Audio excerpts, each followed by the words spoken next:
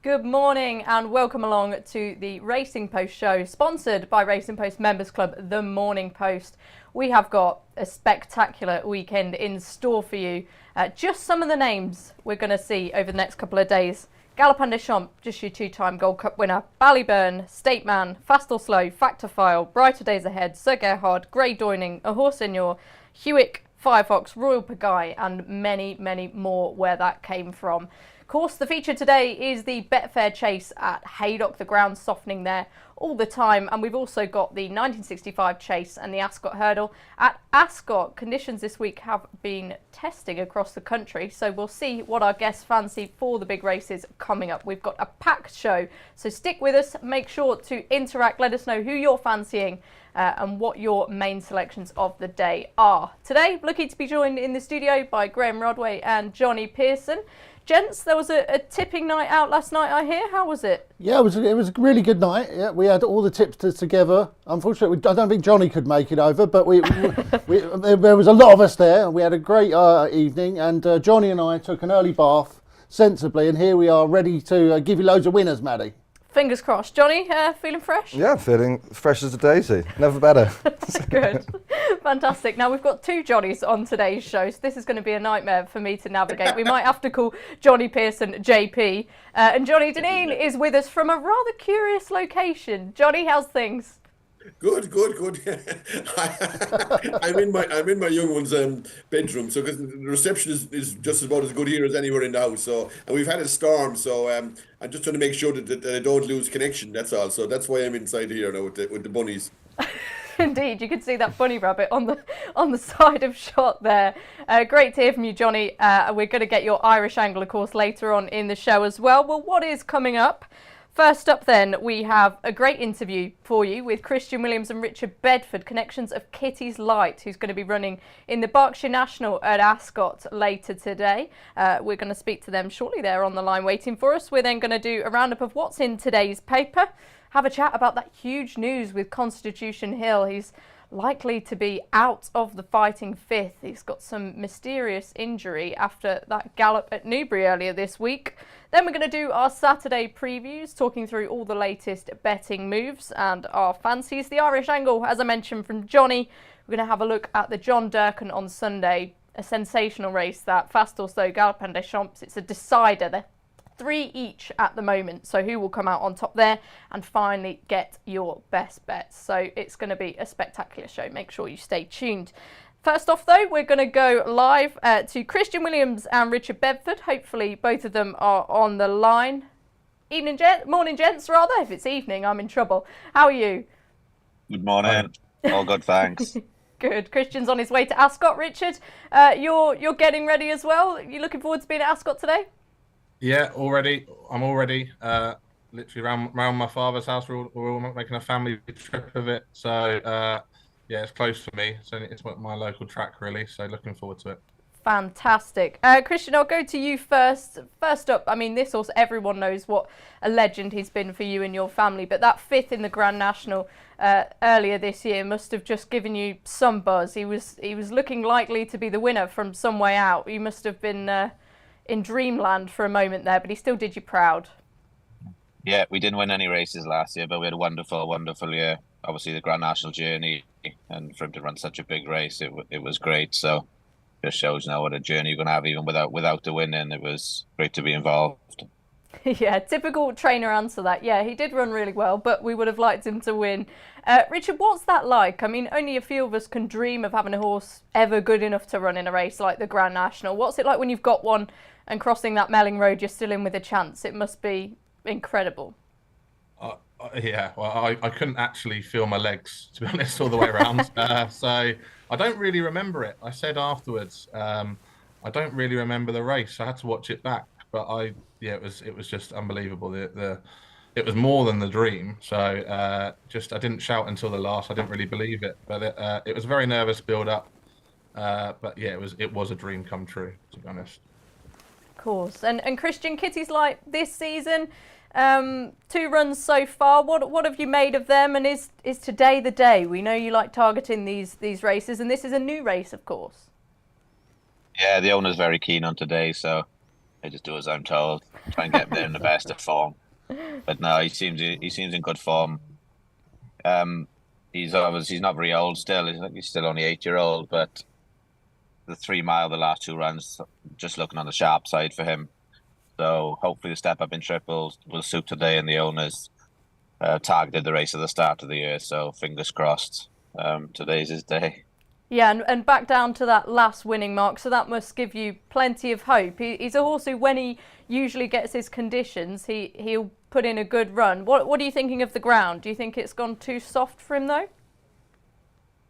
I'm not too sure, really. Try not to be too negative before the race. I say he's a little bit more adaptable now. You can't forget that in his younger days, he's a very young horse. He started chasing as a 4-year-old, so he's probably a weak horse at 4, 5, and 6, and I'll be disappointed now at this age, and he's a lot stronger now. I would be disappointed if he didn't handle softer conditions now than were probably negative to him a couple of years ago.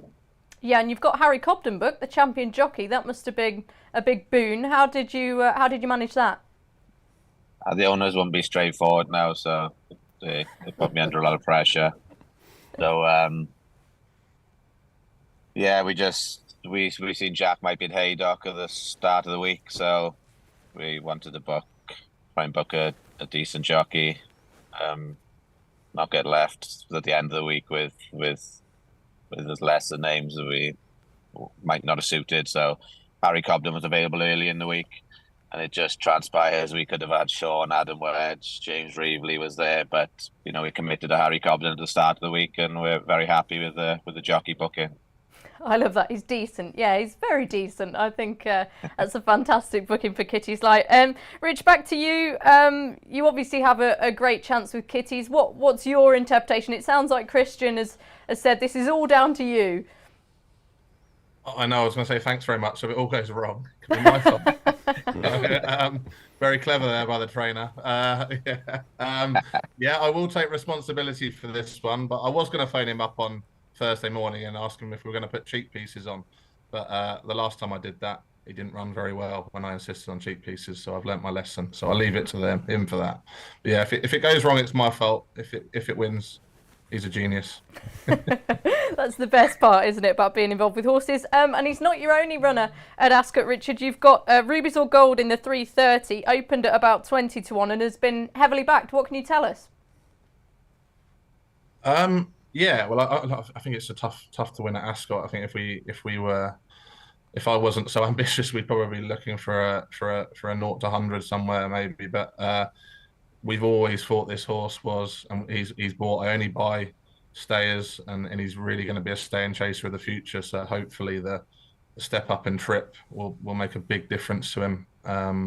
He was running on all the way last time, and probably a little bit more inexperienced than most of the ones we get because he hasn't got that Irish point background. But yeah, fingers crossed we see a big show. Fantastic. Well, we'll all be keenly watching Kitty's Light, and hopefully he can put up another huge performance for you both. Thanks for joining us this morning. Best of luck later on today. Thank you. Thank you. Thank you. Cheers, Reg.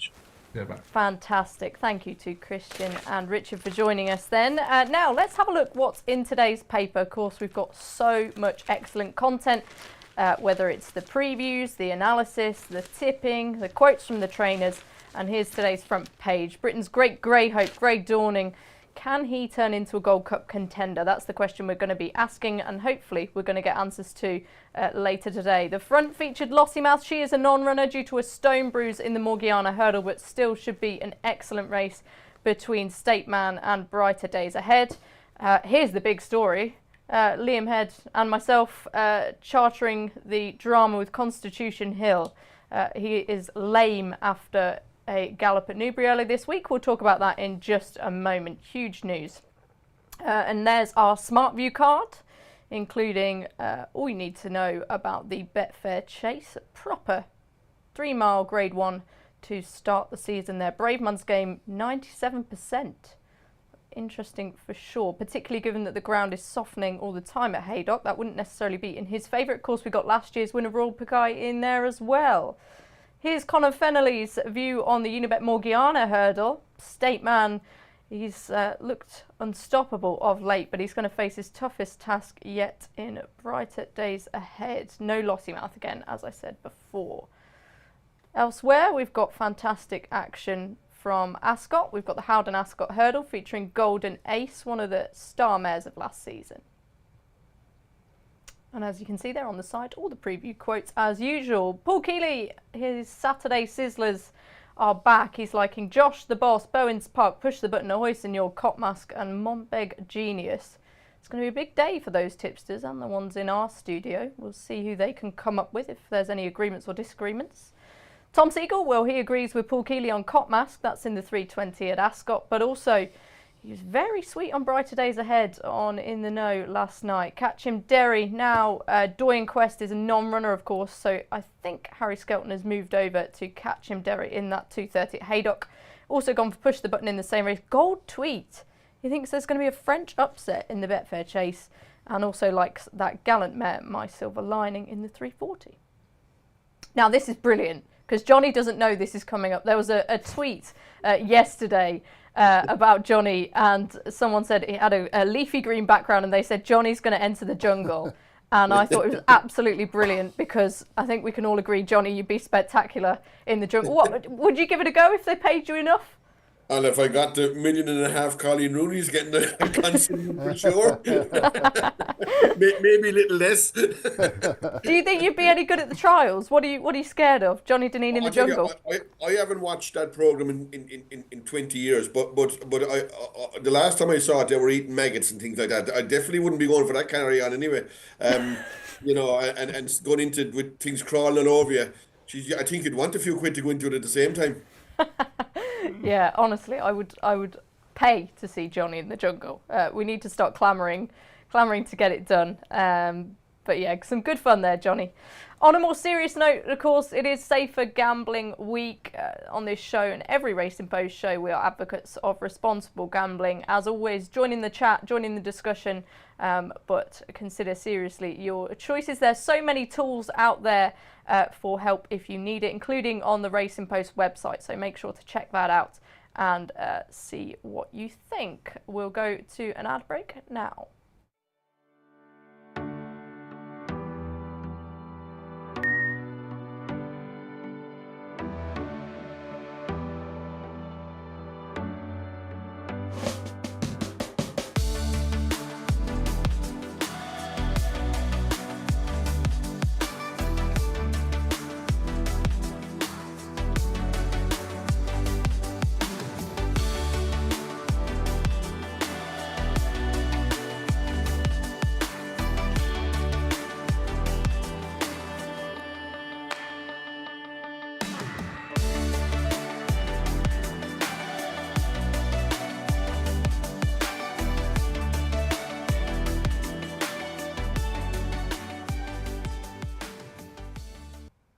Welcome back to the Morning Post. Now, our next item is going to be talking about Constitution Hill. It was the drama and the incident that everyone's talking about. On Tuesday, he galloped at Newbury with Sir Gino. He was pushed along by Nico de Boinville in the closing stages to match his stablemate, and then pulled up quite quickly.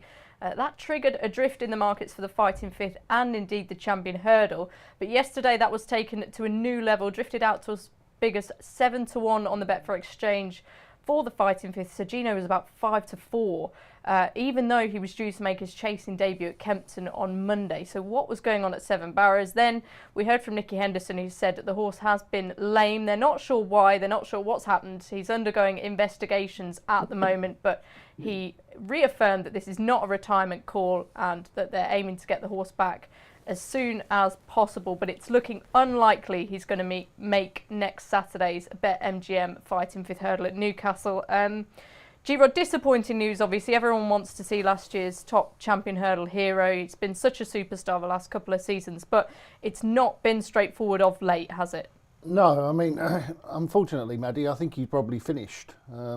He's been a great horse, but we've only seen him once in the last year, haven't we, in the Christmas hurdle. We probably won't see him before the Christmas hurdle again this year. And I think that even if he does come back, it's highly unlikely that he's going to be the same horse that he was, you know, going back 2 seasons now, aren't we? It's a long time to be off the track. So I'm fortunate to say it, but I think we've probably seen the best of Constitution Hill, and it might be time to start looking towards that new generation. And of course, Sir Gino was also who was cantering all over him, wasn't he, in the gallop? You know, Nicky did put quite a brave face on it and said, you know, he was quite happy with Constitution Hill, but I think most people could see with their own eyes that it wasn't the Constitution Hill that we all know. I mean, Sir Gino's a good horse, but he's not good enough to gallop all over a fully 100% Constitution Hill, is he? So it's going to be, you know, the fact that that he may not be back in the same form, I don't think is a terrible thing for the sport, because I love seeing great horses, but I like to see great races, you know. And when Constitution Hill is racing, he's in a class of his own. It's almost. I obviously come from a punting background. I like to bet on races. I can't bet on races where there's horses like Constitution Hill in them, because you know he's just going to win, don't you, when he turns up in his best form. So I'm quite looking forward to the 2 mile hurdling division, the competition. Yeah. I mean, we've got some really great 2 mile hurdlers, haven't we? State Man and Lossymouth and Brighter Days Ahead, is that what it's called? And Sir Gino, maybe, if Sir Gino it could be a really, really exciting division this season. So even though it's a shame that Constitution Hill is probably not ever going to be back to his best, I think it could be good for the sport in a strange way, because that competition could make the Champion Hurdle a great race in March. Yeah, and fascinating twist today, because Lossymouth, who is a non-runner in the Morgiana, she is the favourite for the Champion Hurdle now. Jonny, as G-Rod said, it's been a long time since we saw him. He had the respiratory issue. He was pulled out on account of the ground before that, and then he had suspected colic. Jonny Pearson, I should say, in the studio. What do you think? Do you agree with G-Rod that this is it? I don't think this is it. But I mean, clearly there's been all sorts of issues going. There's clearly been all sorts of issues going on over the last 2 years with the horse. But I think Constitution Hill at 90% of his best still beats all the other 2 mile hurdlers out there. You know, how far did he beat State Man by, 2 years ago now, was it?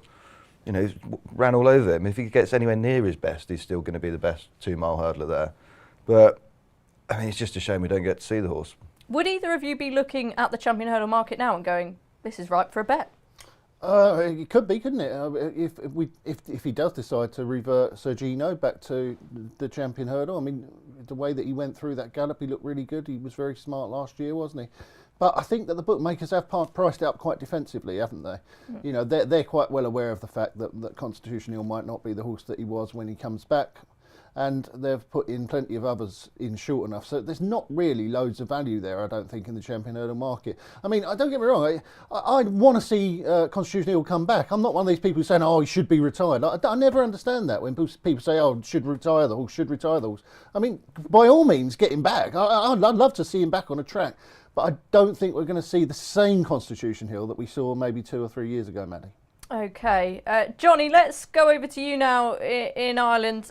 Constitution Hill, I was worried when they announced they're giving him a wind-up. I thought you don't give a horse a wind-up unless there's been some sort of inclination that he needs one. And then after this gallop, when he was a little bit disappointing, when we were led to believe he'd be spot on, I was concerned even more. And the fact that they don't know what this lameness is puzzling for me. I think if they knew what the issue is, then they'd know how to treat it. But this is a concerning situation for all involved, isn't it? Oh yeah, absolutely. Look, I think that bit of work he did in Kempton last year showed it was just like whatever was ailing him, it was something really serious. Like you don't work like as bad as that unless you have a wind or maybe a bleeding issue or something like that. It's just that wasn't just a bad piece of work. Like that was like horrific. It was nowhere near like last Tuesday's one was nowhere near as bad as that.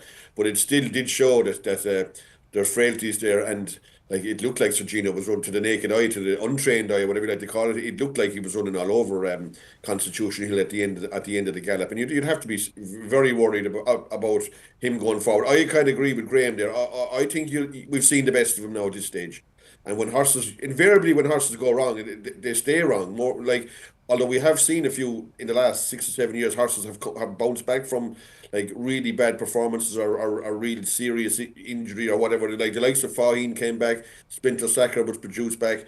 Even Augusta Rodin and the flat came from like tailing off in King George to coming back and winning big races afterwards. So it can be done, and I think the fact that it has been done, people are expecting that Henderson was going to get Constitution Hill back to his best. But my guess is that you'll never see him at his peak again, and you wouldn't be amazed if you never even saw him again. Yeah, it's sad to think about, really, isn't it? Because this horse has been so dominant, so spectacular. He's been in a league of his own, unbeaten, of course. Hopefully, we get to see Constitution Hill back on track soon enough. Maybe it'll be in the Christmas Hurdle, or maybe if they magically find out what was wrong with him swiftly, then he might make the fight in fifth still. But it's fair to say it's looking unlikely. And from that note to our Saturday previews now, we're going to go to the 150 at Haydock, which is the Betfair Exchange graduation chase. Some real old friends in here. I'm personally excited to see the return of Hillcrest, that giant staying novice hurdler from a few years ago. He's been off for a while, but he's going to have a fair task on his hands here against Iroko, who's a 7-4 shot, Trelawney 11-4, Tamuris' 4s, Deafening Silence again, another with a smart profile, graded winner at 7-1, Hillcrest 15-2, and Lieutenant Commander 150-1. Johnny Dineen, I'll go to you first. Are you playing in this race? Look, it all boils down to how fit Iroko is. Okay, they're saying his long-term target is the Grand National, but like he has to start somewhere, obviously. And this race would suit him ideally. I think he's about 8 pounds in hand of the main two. The Deafening Silence and Hillcrest are both like first time out over fences. That's a big ask for both of those. I wouldn't really fancy any of those. And I think if Iroko is better than Trelawney, he'd also be better than Tamuris, because they're not far off being the same horse on some of their runs last year. So like Trelawney would be the danger, but if Iroko strips fit here, and it won't do any harm to his handicap rating if he does win, because he's entitled to beat these horses. I think he's about 8 pounds in hand on the next two. And if it's all that boils down to whether he's fit or not, the market would be a good guide. But if he is fit and fancied, he would be probably the best bet of the day for me, I think. Iroko's a class above these horses if he's ready. 7-4, yeah, I was going to say, if you're confident, that seems quite a big price. G-Rod, if you're getting a horse ready for the Grand National, though, do you want him to be fully tuned up in November? Probably not. No, I don't think he will be either, Maddie, if I'm honest with you. Like Johnny says, I think that if he was going to be fully wound up here, he'd be a lot shorter than 7-4 to beat this lot. I think you're probably looking at a maybe 90% fit Iroko here. And the question is that going to be good enough to win the race? I mean, I wouldn't be considering backing him at that sort of price with that doubt in my head. So I would think that Paul Nicholls has got a great record in the race, and he might well land it with Tamuris. This horse jumped left last time when he was at Kempton, going right-handed, and he was beaten around there. He was beaten around Exeter last year going right-handed. His last win over fences was Aintree. I think maybe coming back left-handed will really suit him here. He's won at the track over hurdles, and I just think this might be his race, Maddie, whereas Iroko, as we've already said, this definitely isn't his be-all and end-all, is it? Okay, so you're providing some perspective on the market there. A vote for Tamuris. I think he's always been a bit hard to trust, that horse. Maybe it's his head carriage. JP, what are we thinking? What are we playing here? I like some of these profiles, but if, as Johnny said, if Iroko turns up, they're going to have a lot to do. I mean, you say if Iroko turns up, none of them have raced yet this season. Yeah, so you're guessing what the fitness is for all of them. So they might all be 90% fit, at which point you're saying they're all at the same fitness levels, and Iroko's probably a class above them. I think all you would say, though, is Iroko, they're working back from a race in April, aren't they? Whereas the others, they're more winter horses. Yeah, but then like the likes of Tamuris, I feel most of Paul Nicholls' this season have been needing a run. You know, take Iridoto last weekend. You know, he's come on, God knows how far for having that first run. He's gone and won on the old course for the first time. And I think Tamuris is probably going to need the run as well. We had one in the bumper at Ascot yesterday, which was supposedly well liked. Just didn't have enough left late on. I don't know how good the horse might be, but again, you think might come on for the run. So I wouldn't be trusting Tamuris to do it here either. But yeah, Iroko should be winning. So he's your selection? Yeah, Iroko should win. Okay, nice and straightforward. That is the 150 at Haydock wrapped up. Next, we'll go to the 205 at Ascot, which is the first Class Logistics Berkshire National Handicap Chase. This is the first iteration of this race. And we spoke to the connections of Kitty's Light earlier on. We can see him there on the show, 6-1. But Innis Or for Lucinda Russell is the favourite, 100-30. Slipway is the other 6-1 chance, 13-2 for Duke of Deception and Beauport. Beaufort 15-2 rather. My eyesight's clearly playing up this morning. Fortescue 15-2, 10-1 Art Deco. I thought he was quite interesting when I had a look through this yesterday. And 14-1 Dom of Mary. This is a competitive affair. G-Rod, I'll let you have first say on this. I thought this was tough, but I was interested in Art Deco off a lightweight. Yeah, it's got a chance, hasn't it? It's a very difficult race, Maddie, isn't it? Not least because you're trying to second guess, like you already talk about Roko for the Grand National, but I mean some of these horses you would have thought might have the Grand National on their agenda later in the season if they're rated high enough. We've spoken to Christian and Richard, haven't we, about Kitty's Light. He's well handicapped. They seem to really be keen to try and win a race at Ascot. Certainly, Richard said he's desperate to win a race at Ascot. So, with Harry Cobden up, you'd have thought that he's going to be going all out. I was torn between a couple. I thought I had a chance. Beauport was one. The jockey has got a good record. I can't remember his name. Toby McCain-Mitchell. Yeah, he's got a double-barreled name. Yeah, Toby McCain-Mitchell, is it? Yeah, I've never heard of him, but he's got a good record for Twiston Davis, and he takes a lot of weight off the top weight. He's a hit-and-miss horse, Beauport. He either wins or runs terribly, so I suspect you'll know your fate early. And the other one I had to back was Fortescue. Loves the track. Big old price for him. Yeah, he won here a couple of years ago, I think it was. He's a funny horse. He gets behind. He'd probably be about 6th or 7th turning for home, and he's slow, but he just keeps going, and that's what you need at Ascot. It's uphill all the way from Swinley Bottom, really stiff track. 3 mile, 5.5 furlongs. Going to take some getting, and Fortescue will get it. Okay, some big prices there for Graeme Rodway. Johnny Dineen, who are you fancying in this Berkshire National? Okay, it's as you'd expect. It's a tough race.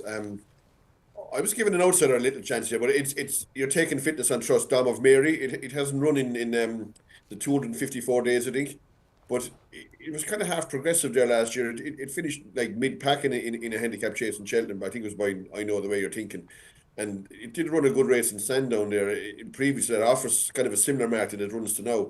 I just think it's not the oldest horse in the world, and there could be a bit of improvement in it yet. I thought some of the ones up at the top were kind of vulnerable here. Inishore to me is a kind of a North of England horse, bringing North of England handicap form into a race like this.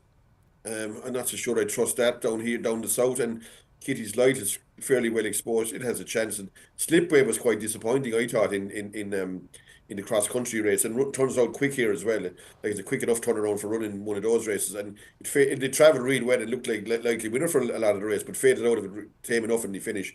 Like finish, I think only about 5th. It would have been 6th if the other horse didn't run out. So I thought the front three were kind of vulnerable. And look, I'd throw a dart at Dom of Mary, in the hope that it's fit enough to do itself justice. Yeah, he won some nice races at Plumpton last year, Dom of Mary. That's right, Jay. Yeah, nice staying horse. He needs to get back to form though. Johnny, who did you land on? Tough race, as we've said. I like Fortescue as well. I mean, with Dom of Mary, my concern there would be that the cheek pieces aren't on today. Yes. And they'd been on for the last couple of runs when he was running well, and they're not there, and you think today's probably not going to be the day for him. But that's obviously my take on it. But yeah, Fortescue, you've got a load of horses here that you see him run over 3 miles. You think all of them need further. You see him running over 3.5. You think, oh, they need 4 miles now. So you do need one that's just going to gallop and gallop and gallop. You know, they're not going to be sprinting for the line come turning round the final bend. And I think Fortescue, goes from the front, runs well, should be fitter. He ran well at, where was it last month? Chepstow. But yeah, he ran well. The winner was really well fancied that day. And he still finished a fairway clear of 3rd. And I think he's going to come on for that. And I think he might just upset them here. 2 confident enough votes then for Fortescue around the 15-2 mark. Let us know again who you fancy. We're going to one of the big ones now though. It's the 210 at Punchestown, the Unibet Morgiana Hurdle. There's been clearly a big non-runner in this race this morning with Lossiemouth out due to a stone bruise, but it's still going to be a fantastic race. State Man, of course, who's won the race for the last couple of years, is 2-7 at the top of the market. Brighter Days Ahead, who's receiving that mare's allowance. Tom Siegel thinks she's a good thing at 3-1, and then the remainder, you've got the likes of Sir Gerhard, Daddy Longlegs, Winterfog, Smooth Tom, No Looking Back. They're all going to be running round for place money. State Man, gents, of course, last year's champion hurdle winner in the absence of Constitution Hill. He is an extraordinary horse, and I still think he hasn't got the credit he deserved. A, probably because he is in an era with Constitution Hill and he's been beaten by him. But B, because he's not spectacularly flashy. He just does what he needs to do. He's reliable. He jumps really well. He stays well. He's got tactical speed, but he's not a sexy horse, I think, that people really like. And I don't think that's very fair on him. I think he's an extraordinary horse who just keeps winning, G-Rod. Yes, yeah. Yeah, I hear you, but you disagree. I must admit I find him quite boring. Why? Why is that? Because he's just dull to watch, isn't he? He jumps well, he travels well, he wins. Is that not exciting to watch? No. He jumps well, he travels well, he wins without ever looking very good, but he always wins. There's a lot to be said for that. Very admirable trait, but in an era where we're trying to sell the sport, I just don't find him, like, if you said to me, oh, do you want to go and watch State Man run today? I'll be like, oh, no, it's all right, I'll go do something else. So, anyway, I really hope that brighter days ahead, I really hope she puts it up to him today, and gives him a real good go, and we get a proper battle, and we don't get one of those dull, boring State Man's, performances where he just wins easily. I'm hoping brighter days ahead can do it. Johnny, what do you think of that? Is that blasphemous? I think it's funny actually, but no, there is an element to that to him that he kind of does what it says in the tin, and he doesn't do anything that doesn't really surprise you as such. But he does things like from a punting point of view, he's a great horse because he wins every single time. Bar he comes up against the real top horses, and it doesn't ever give you a fright. And if he gets into a battle, he wins. And but I do think some jockeys make it easy for him too by leaving him out in front. I think the only chance you have of beating a horse like State Man is by being ahead of him in the race. Anyway, like if Brighter Days Ahead is trying to come from behind him today, I think she'll struggle. Like I think she'll probably struggle anyway, to be honest. But if her only chance is to grab the bull by the horns and go for home and three out and try and use her the fact that she's had her run and that she might maybe force him into a mistake, which he doesn't look like doing normally, to be fair. But I just do think that if these horses are allowed boss races, they're absolutely unbeatable. But just maybe Brighter Days Ahead, if it is to have any chance of winning, it's got to be let loose anyway, I think, to have it, to try and force State Man to come from behind her to beat her anyway. Look, it should win. I wouldn't fall down if it didn't win at the same time, but it should win, and it is a top horse. Obviously, it is one of the best horses we've seen in, well, not in years, but he's definitely in the top 10 hurdlers we've seen in a while anyway. Do you know what I mean? Or maybe even closer to 6 or 7. But anyway, look, today he probably should win, but he is giving away the £7 allowance, and he is giving away maybe match fitness as well. So he might just be vulnerable. Who knows? But look, I'd expect him to win, but I'm not going to be backing him at the same time. Okay. I was half expecting you to say load on the 2 to 7, but you're not. Johnny, I mean, what's your analysis of State Man coming up against, as they've said, a race-fit Brighter Days Ahead, who they think she could be a Gold Cup mare? She's got oodles of potential. I mean, it's like, you watch State Man and there's no doubting he's a really, really, really very top-class horse. But there is something that's quite boring. I give up on today's show, frankly. Don't get me wrong, it's very good. But you go back to Champion Hurdles, Johnny Dineen saying going from the front, nothing else had a chance. It just dictated, and they've gone for a sprint, and he's won. And he's going to have that tactical speed edge over the others here, I think. He should be winning this. Brighter Days Ahead, you've got potential there, but it's not proven yet. But she's the one who might put it up to him, but I think he should be too good today. Okay. Just from a handicapping perspective, because obviously Johnny handicaps this horse virtually every time he runs, don't you, State Man? Yes. Yeah, we should say that. So tell us about. Well, it's not. It normally runs slowly, so it turns into a sprint. They don't actually finish that spread out, but he's a lot better than what you see him do, because he'd be finishing a long way ahead of the other ones if they run at a proper pace. But it's hard to get a real angle on things when it's not a truly run race, which is most of the time, unfortunately, over in Ireland. So Okay. It's just the sort of horse, isn't he, where you could probably tell me what he's going to run to today. You could almost rate this horse now before the race has even been run. That's incredible. Sure you could almost say, well, if this horse is probably going to run to 170. Well, I'm not sure Willie Mullins' That'd be good horses are enough. that fit at the moment, though. That would be one of my concerns. He's had a lot that seem to have needed the run. He's been getting his horses ready later and later, hasn't he, it seems. And obviously Gamble Responsibly, we know he's had a minor setback. But anyway, quick question time. If Lossiemouth was running here, would she win? And if she was, who do we fancy in the Champion Hurdle? Would she win in the Champion Hurdle? I think she's got a great chance in the Champion Hurdle, but I took the fact that Paddy Mullins, or Patrick Mullins, whatever his name is, he was riding it. I mean, you know, if Lossiemouth was serious contender for this race, then I think that Paul Townend would have been on her, wouldn't he? I mean, he's ridden loads of her loads of times. He's ridden State Man loads of times. Who would ride State Man then? I don't know, someone boring probably, wouldn't it? I don't know. Yeah, no, yeah, it'd be Danny, wouldn't it? But no, I'm jesting, obviously. But yeah, I think Lossiemouth's got a great chance in the Champion Hurdle to answer your question, Maddie. Yeah. Do you think she'd have beaten him today as well? Not today, no. Okay, Johnny. I think State Man's at least a stone better than Lossiemouth. I think she's. There you go, well Johnny. overrated. It's stone better. I think at least a stone better. I think he's a lot Really? better than she is. Yeah. Even with the weight Even pull? with the £7 allowance that the mares get, I think State Man's a lot better than she is. Interesting. So Johnny's agreeing with my assessment at the top that State Man's still underrated then. You'd be getting a decent price by him to beat Lossiemouth, I'd imagine. Johnny Dineen, would Lossie have won this, and will she win the Champion Hurdle? Look, I'm a big believer in who the stable jockey picks, and he's picking State Man at the minute anyway. Should that change? My opinion probably change with it. You know, that kind of way.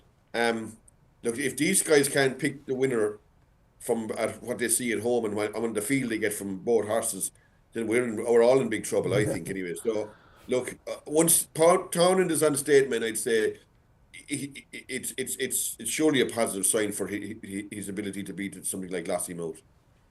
Okay, let's move on to the 245 at Ascot. It's the Howden Ascot Hurdle at Grade 2. And from brighter days ahead, one very talented mare to another one in Golden Ace. I can't believe that now. She's been joined at the top of the market by Thunder Rock. They're both 2-1. Blue King Daru, last year's winner, he's got to give Golden Ace quite a bit of weight, 4-1. Lucky Place, smart handicapper last season at 11-2. And Colonel Mustard, he's a regular visitor to these shores at 11-1. Salva, the non-runner for Gary Moore's team. This race, this move, has all been about Thunder Rock. Johnny Dineen, can you see the angle with him, and would you be keen to take the 2-1 on offer still?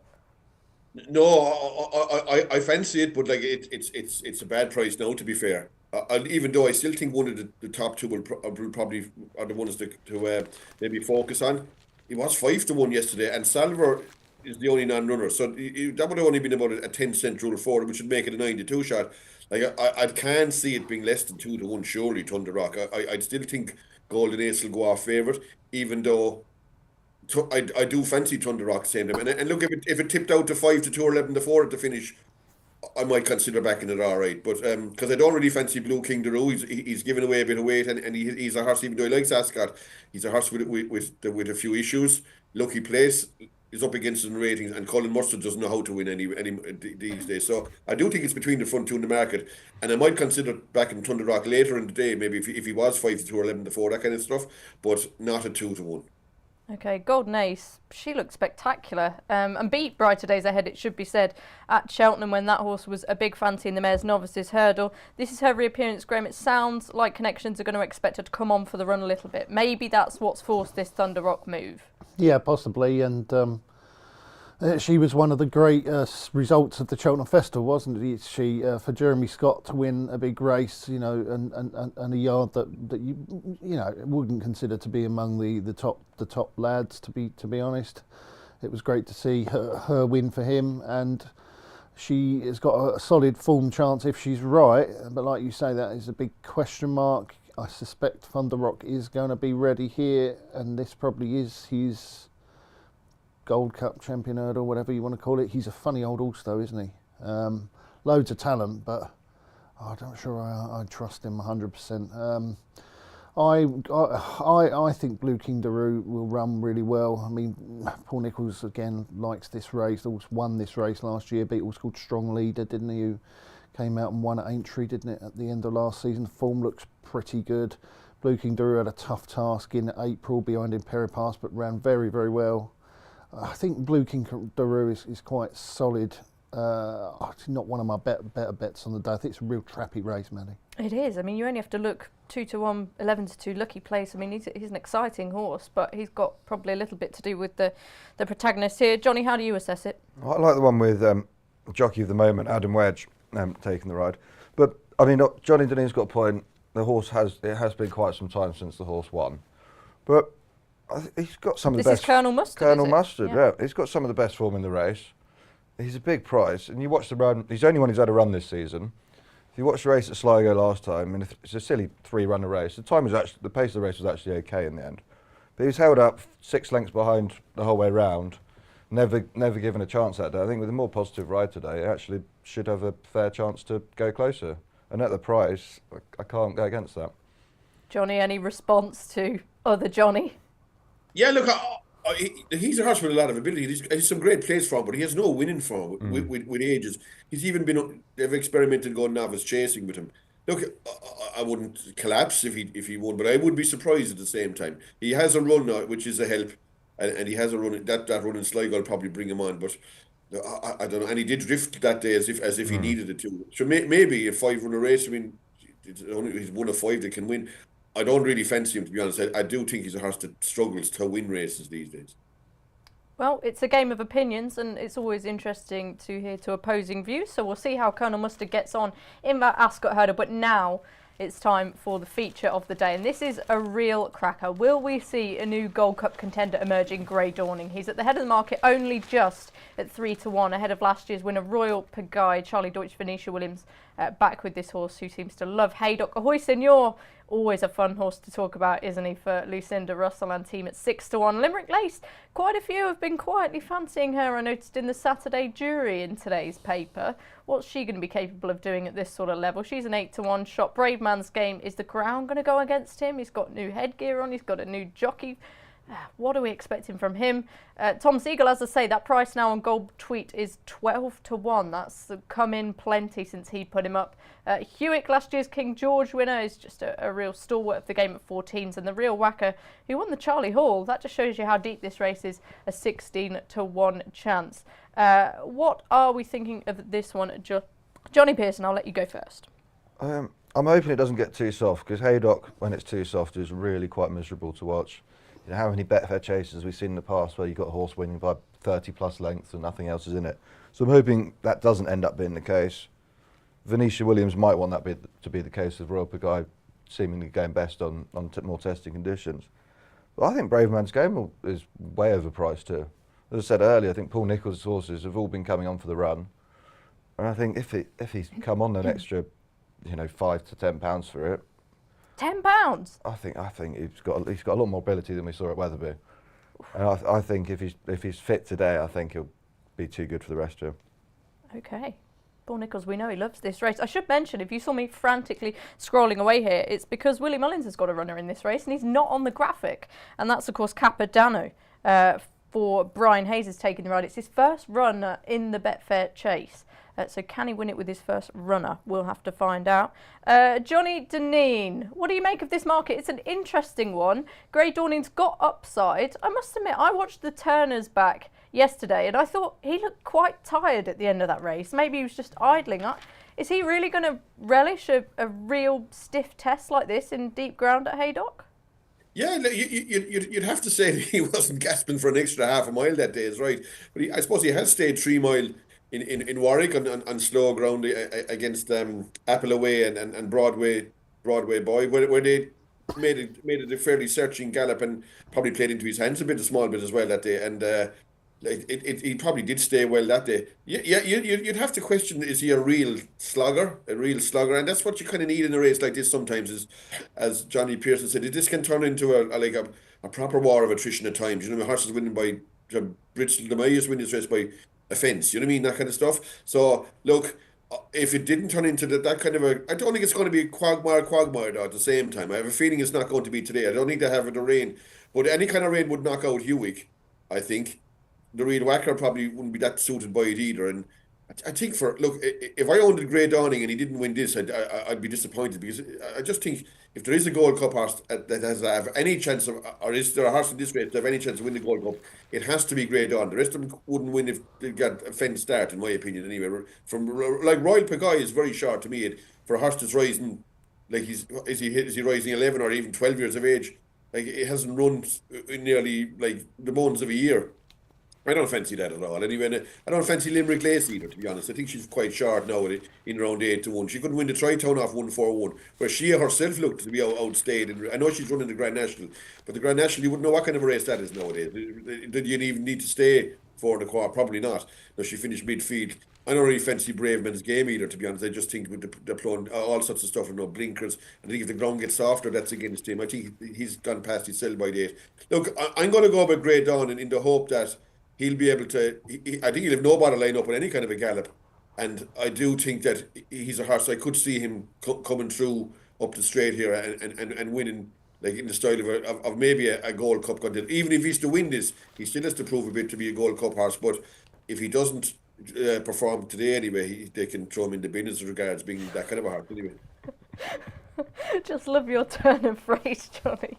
Do you know, the more I look at this race, I can see what Tom Seagull's getting at with Gold Tweet. I mean, on ratings, Johnny Pearson will tell us this, he's got an absolute mountain to climb, but I think everything's in his favour. I think it's really going to suit him. Am I nuts? I mean, I can't see the horse winning myself. That's a yes. I can't see it myself. I can see people's arguments, but no, not for me. I think he's got a fair bit to find to be winning this. That's the politest way you can tell someone they're talking nonsense. G-Rod. Yes, no, you know, having been quite bored by State Man and some of the others, I am really excited about this horse. Because it's competitive. Yeah, well, this horse, Grey Dawning. This horse, okay. Grey Dawning, I think, is, well, without doubt, as we've got on today's paper here, Britain's great grey hope. Is that really necessary? If this horse does not win today, then we're in uncharted territory, aren't we? I mean, I looked at the Gold Cup yesterday market, and I think that he's the only one of the top 10 who is trained in England. I mean, every other horse in the top 10 in the market for the Gold Cup is trained in Ireland. Grey Dawning is a Gold Cup horse. The rest of them are not a Gold Cup horse. I find it mad. Sorry, can I just say, Capitano there, 25-1. I thought he could be a non-runner. I wonder what's with that price. They supplemented yeah, him for the race. he's clearly He's spot got on no for chance. He's got No? no chance. Like, he will not be ready for this, will he, Capodano? I mean, I can't even believe that we're. I don't know why they've I supplemented can't even him. believe we're discussing the others. I mean, to me, Grey Dawning is just a different class of horse to this lot. And Dan Skelton must think he's a Gold Cup horse, and Dan Skelton's mustered the best in Britain now by far. And I think that he will slam this lot, and I think he'll become a real good Gold Cup horse. I'm amazed that. What price you on for the Gold Cup then? I've not backed him for the Gold Cup, but he is 16-1. I did look the other day, and I'll be I'll be crying into my tea if Grey Dawning does not win this race. I think it's an awful race. I mean, Royal Pagaille, like Johnny's already said. I mean, yeah, I mean, he's a good horse around Haydock, but he's But that's not what you a need Gold in this Cup race. horse. You know, look at Bristol de Mai. Q-Cobb won a good couple here. Corto but- was mustered round But Haydock. they were really good horses, weren't they? Bristol and Meyer was placed in in Gold Cups, wasn't he? I mean, you know, Royal Pagaille is tailed off in Gold Cups when he runs in them. A Hoisin is an absolute mental case, isn't he? Jumps right-handed, but can't go right. He has to go left. You know, Limerick Lace is well beaten in the Grand National, and Brave Man's Game's gone, hasn't he? The only horse that does worry me is Gold Tweet. If he got really soft, you know, but Gabriel Linder seems to know what he's doing. He also was a classy type on the over hurdles. I mean, if anything's going to beat Grey Dawning, it'll be Gold Tweet. But I'd have Grey Dawning at 6-4 in my book. I think 3-1's massive. Wow. Well, we're going to talk a bit more about the Gold Cup because Sunday's John DURKAN's sure to have an impact on that. But before we do, we're going to the 340 at Haydock. This is our final Saturday preview. Another interesting affair. Hatiti for Robert Walford has been a real progressive horse. Lamilos is behind him at 13-2. Hatiti at 11-4. My Silver Lining, that game mare who we saw in the Classic Chase last year, 7-1. Credo and Pepper Moco at 15-2. Fontaine Collonge 8s. Take Your Time 9s. Monbeg Genius at 10s. Johnny Pearson, is this race easier than some of the others we've looked at today? I thought it was quite tricky. And it's also a race that doesn't really excite me in the slightest, I've got to be honest. Why? It's just a lot of pauses in there I don't particularly like. Lamilos, in theory, he's come down enough in the weights and should be able to win, but he's not won since November 2 years ago. But he's the one who should have the best chance in my view. But it's not a race I'd be wanting to be having a strong opinion on. Okay, fine. I thought it had quite a an interesting shape to it from a betting perspective. G, what do you think? I'm worried about the ground. I've seen this race. It can get a right test, can't it? If it gets really soft, because it comes at the end of the card. And they will have churned up. And it is going to rain throughout the day at Haydock. It'll rain throughout the day. They'll churn up the ground all day, and often it's running a complete bog. And that would worry me for my selection in the race, which is the Nichols runner. Take Your Time, which I think would have a huge chance if the rain doesn't come. He bounced back, didn't he, last time on better ground? He looked good, I thought. But I just want to see how conditions go. Like it's highly unlikely I'll be betting in this race, because I can just see that by the time this race comes along, I can just see it turning into a right old slog. Okay, Paul Keeley loves it, and he likes Monbeg Genius at 10-1 there, the bottom of the graphic. Johnny Dineen, do you spy a punting opportunity here, or will you be keeping your powder dry? I'd say I'll be keeping my powder dry, Manny. But look, I do kind of half fancy Hatiti. Probably no juice in the price now, 11-4. And as Graeme said, like, this could turn into last man standing stuff. You just don't know at this time of the day. 3:40 with the place churned up and rain and everything. You'd want to keep a watching brief. I think it should have won in Chepstow, in my opinion. Definitely should have won that race. And now it's gone up and back up and trip here, but it has form at 3 miles and 4, so that should be no issue to it either. It's a 7-year-old. It's relatively unexposed in relation to some of these horses who have been through the mill a bit, and it has a run. It has a good bit going for it now at the same time. But like 11-4, I think there's a lot of racing today. I won't need to get involved, but it's the one they have to beat for sure.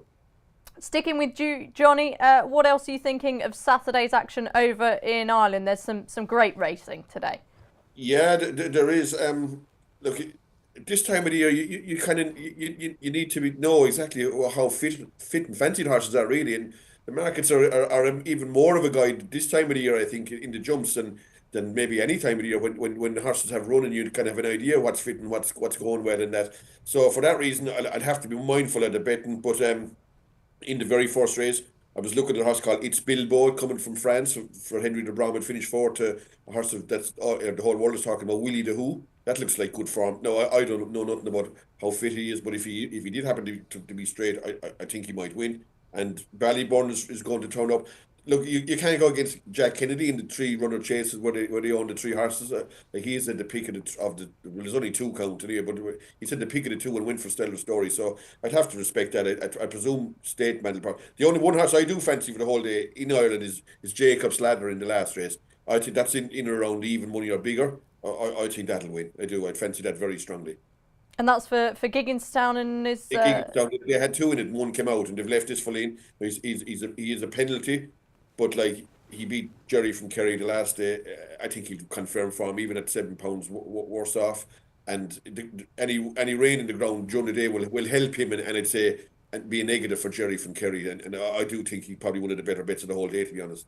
Chasing the right decision for Ballyburn?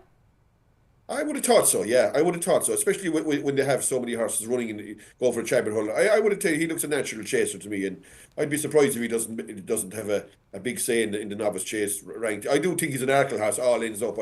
I wouldn't dream of touching him for the 3 mile race. I think he'll run in the Arkle. I'll be amazed if he goes out to the whatever they call it now, the Brown Advisory. One of the most exciting horses in training, Ballyburn.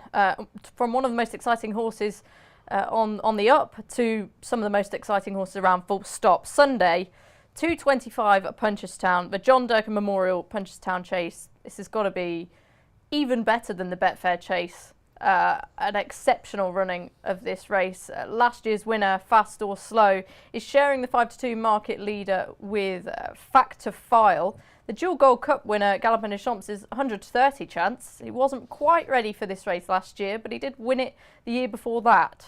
How straight is he going to be after he's had a minor setback? Spillane's Tower, the dual Grade 1 winning novice at 8-1. Grange Clare West at 16s. I Know the Way You're Thinking. Of course, he was the Kim Muir winner who went on to Grade 1 success at Aintree. Is a 20-1 chance for Gavin Cromwell. And then Journey With Me, 40s, and Blue Lord at 50s.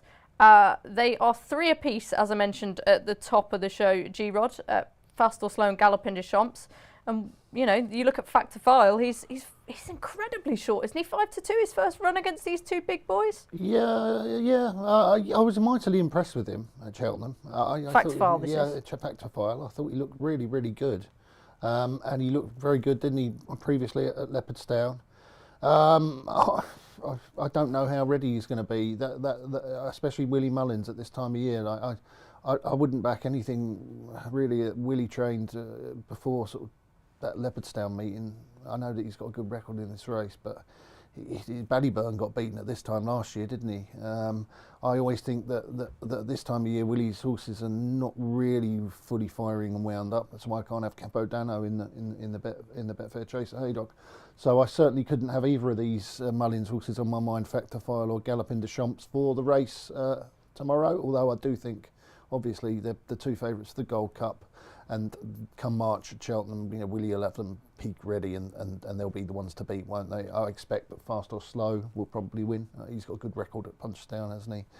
He's a top class horse on his day, and I expect that he'll be bang ready for this. So he's also with a nice little turn of speed, isn't he? Fast or Slow. So yeah, just on pure sort of readiness for the race, I think that Fast or Slow is the most likely winner, Maddie. I think I'd agree with you, 2 winners in the Punchestown Gold Cup for Fast or Slow, and of course this race last year. Johnny Dineen, it is a fabulous race. I mean, G-Rod thinks Grey Dawning's going to be a Gold Cup contender. Well, it would be a different kettle of fish if he was against any of these, wouldn't it? Oh yeah, look, this is a really difficult race to unless you have an in as regards what's going to be 100% or 95%, or I'd say there could be horses here only 70% fit. That's the trouble with some of them, you know what I mean? Look, a pure guess now, and I don't know nothing about any horse in the race. I think if you start from Galloping de Champs down, the fact that they said he might had a little niggle and he wouldn't be back at Christmas, now he appears here. This is probably a rush job. I'd rule him out. I think Spillane Tower won't count.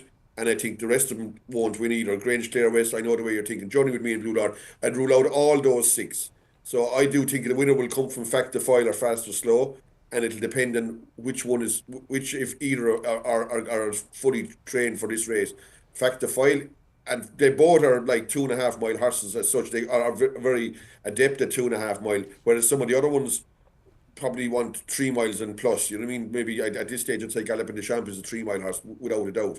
So I'd say the winner will come from Factor File or Fast or Slow, in opinion. And I wouldn't be shocked if one of these go off like 5-4. Depends. They'll seize on the one that they think will win off the 2. And I wouldn't be amazed if one of the 2 of these is back to the exclusion of the field, and horses like Galloping de Champs, Spillane Tower are completely friendless when the time comes.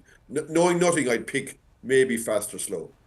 Okay, Johnny, before we go to the other Johnny, just give us a taster of the latest episode of Up in the Ante. You and DJ having some good fun? What's been put up already? It's a bit of a laugh, yeah. You know what I mean? It's not that serious a show, and it's not all about tipping winners. There's a bit of banter between the two of us, and he is a very professional guy at what he does. Now, I've often said it that there are people that can do these kind of programs, but would be very adept at maybe moving out into something that's nowhere racing related. You know what I mean? I could see Dave Jennings doing stuff like that he could he'd be very capable of presenting a show on BBC or anything, you know, that kind of stuff. A bit like Nick Luck and a bit like Gary O'Brien. There are people. Rachel Casey's another one who can move from maybe sport to sport with seamlessly. You know what I mean? I'd say you could do it yourself, Maddie. To be honest, you're quite comfortable in your own space there. So no, I think you're good. No, not blowing smoke up your bottom or whatever. But like, you know what I'm saying. I do. I managed to say good evening to someone earlier, and it's definitely not evening, so I'm not sure you're right there. But there are people like myself who could talk about nothing but horses. You know what I mean? I couldn't do it. Like anything else, bar horses, I couldn't talk. But Dave Jennings is very, very good at what he does, and I think he probably gets a good old tune out of me. You have to like a fella too to be able to do that show as well. You know what I mean? And we get on fine. Yeah, we love your partnership, and just a reminder there to stay tuned to the Racing Post website and YouTube channel for Upping the Ante. It's always good fun and plenty of betting selections. Johnny, I'll go to you first. Not giving you a chance to say anything on the John DURKAN. I can't believe the price of Fast or Slow. I'm surprised Factor File such a short price. Yes, same. You know, he lost on reappearance last year, first time over fences, but I mean, after he won at Leopardstown, I mean, he was my biggest bet at Cheltenham. I thought it was an absolute certainty. I think he's probably going to win a Gold Cup, but I think he might find it coming a bit soon for him today. I'm not sure. I mean, if this was Cheltenham in March, I'd rule Fast or Slow out. But I'm not sure the two Willie Mullins ones are going to be fit enough to win it tomorrow. Nicely summed up. Now it's naps time now. You would have got a brief glance of those if you were eagle-eyed. Let's read some of the naps that people are listening. Tom Leach likes Pepe Lamoko each way. Sandra Seed said catch him Derry. Tom Leach picked Dory Stateman double is his nap. Mark Page says Royal Pagai's a good thing.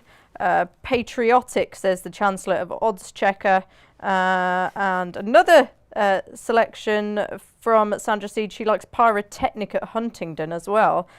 Cheese, one of the Racing Post's favourite contributors, also in the comments there. So hello from all watching, and hopefully you found some winners and we've found some winners as well. Here are the naps. First off, I'll go for 320 Ascot Marvel de Cerisi. It's a tough race. I found it really difficult to pick a nap this weekend. This also is unbeaten in 2 runs since moving to Noel George and Amanda Zetterholm in France. They bought him over, so he's clearly cherry ripe for this race. He was really good in Ireland when he used to be trained by Henry de Bromhead, posting RPRs in the 140s. His handicap mark around 136, I think. I just think he was a decent price at 15-2. I'm very interested to see what Marvel de Cerisi can do back on these shores. A G-Rod, unsurprisingly, you're going with Grey Dawning. Britain's great grey hope is going to deliver for us today, Maddie. I'm terrified. You really are that confident? I am very confident. I'll be mightily surprised if Grey Dawning does not brush this last sight. And you'll be the same, Johnny Dineen? Oh look, I won't be in the amazed territory now if he doesn't win, but I do fancy him. I think he's fair odds at 3-1, and I do think if he is to have any claim in the Gold Cup, he'll have to dismiss this lot, I think. Okay, and Johnny Pearson, bigger price. We love to see it. 4-2 in the 205 at Ascot. Remind us why. Yeah, I think he's got a great chance. He's 7-1 looks far too big a price for him. I think it's great value there. Wonderful. We are 2 minutes past 11. 3 minutes now, so that means it's all we've got time for on today's show. Thank you so much to all our guests. Thank you to Connections and Kitties like the top of the show for joining us as well. Best of luck, gamble responsibly, and we'll see you again in a week's time.